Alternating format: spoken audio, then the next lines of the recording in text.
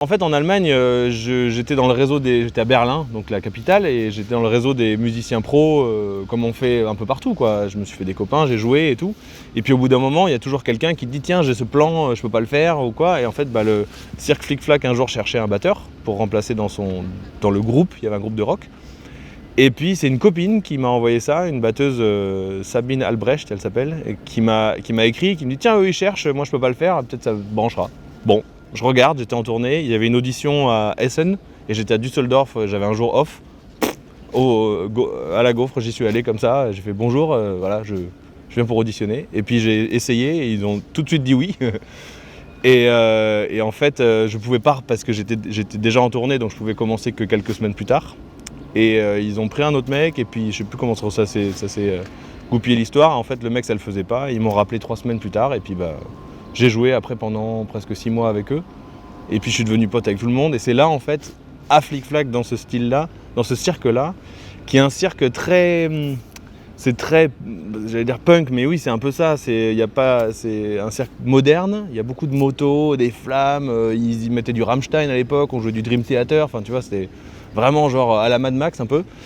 Et je trouvais l'esprit super cool parce que forcément, vu comment je suis moi, ça m'allait très bien.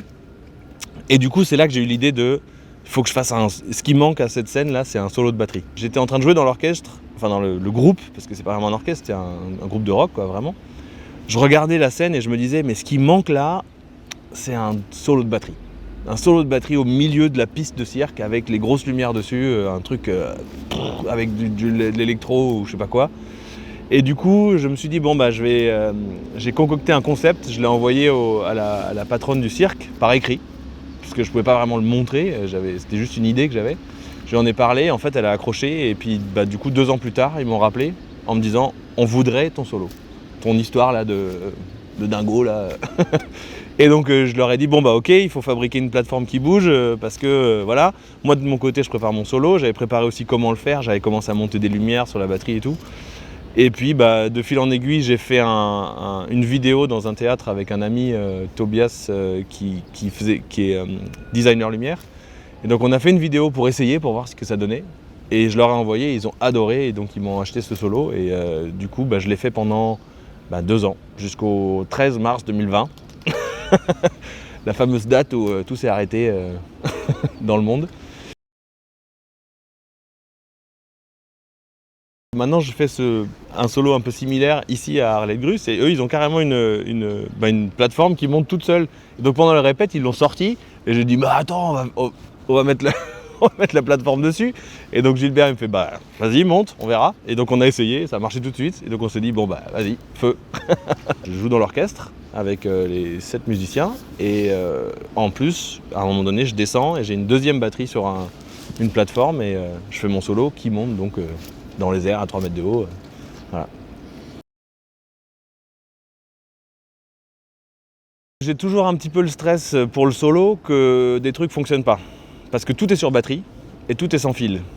Donc on a un super chef électro, il y a tout le monde qui bosse hyper bien ici, mais ça peut arriver. Hein. D'ailleurs, c'est arrivé une fois qu'on a eu plus de batterie au moment de partir. Et ça a été j'ai en 30 secondes et voilà. Donc c'est mon petit stress. Mais à part ça, non, maintenant j'ai plus trop...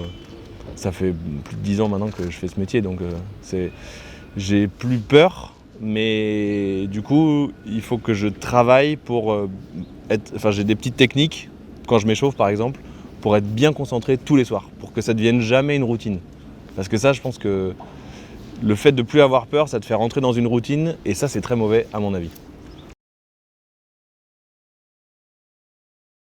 Une routine en même temps il n'y en a pas et le truc c'est que comme tu dis c'est assez imprévisible, chaque artiste qui saute ou il va jamais atterrir tous les soirs à la même microseconde dans la même mesure pour nous. Donc c'est pour ça que le cirque est si intéressant parce que c'est de la musique live avec des humains qui jouent. Et c'est les humains qui font qu'on peut se suivre, nous on suit ce qui se passe devant, eux ils nous suivent aussi parce qu'ils suivent le rythme, ils écoutent, voilà.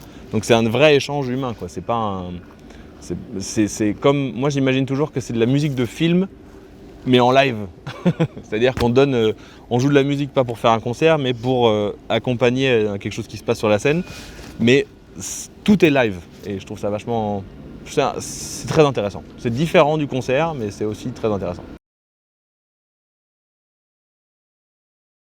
On est 7 musiciens et on a un chef d'orchestre qui a un ordinateur et il a des espèces de bandes avec des clics sur lesquelles il y a que des chants et je crois qu'il y a quelques lignes de percussion et des choses comme ça. Et donc du coup, nous on joue tout le spectacle au clic, mais ça ne nous empêche pas non plus d'être flexible. C'est-à-dire que, par exemple, un exemple tout bête, on joue un morceau jusqu'à une certaine section où sur la partition c'est marqué répéter ces 2 ou 4 ou 16 mesures en boucle jusqu'au signe. Et donc là, c'est là que le chef d'orchestre rentre en piste, c'est qu'il se passe quelque chose sur la scène, lui il regarde, et on joue cette section le temps que l'artiste soit prêt ou que la chose se prépare, et lui il regarde, et quand il voit que l'artiste est prêt, avec son micro, il nous fait un signe, et il nous fait un décompte, et il envoie la séquence suivante. Et donc ça arrive, je sais pas, 3, 4, 5, 10 fois par numéro des fois. Et donc du coup, nous, on suit le chef d'orchestre au regard, c'est-à-dire qu'il nous dirige avec la main, et il a un micro dans lequel il parle, donc il nous donne des instructions, et on est tous aux ears dans l'orchestre.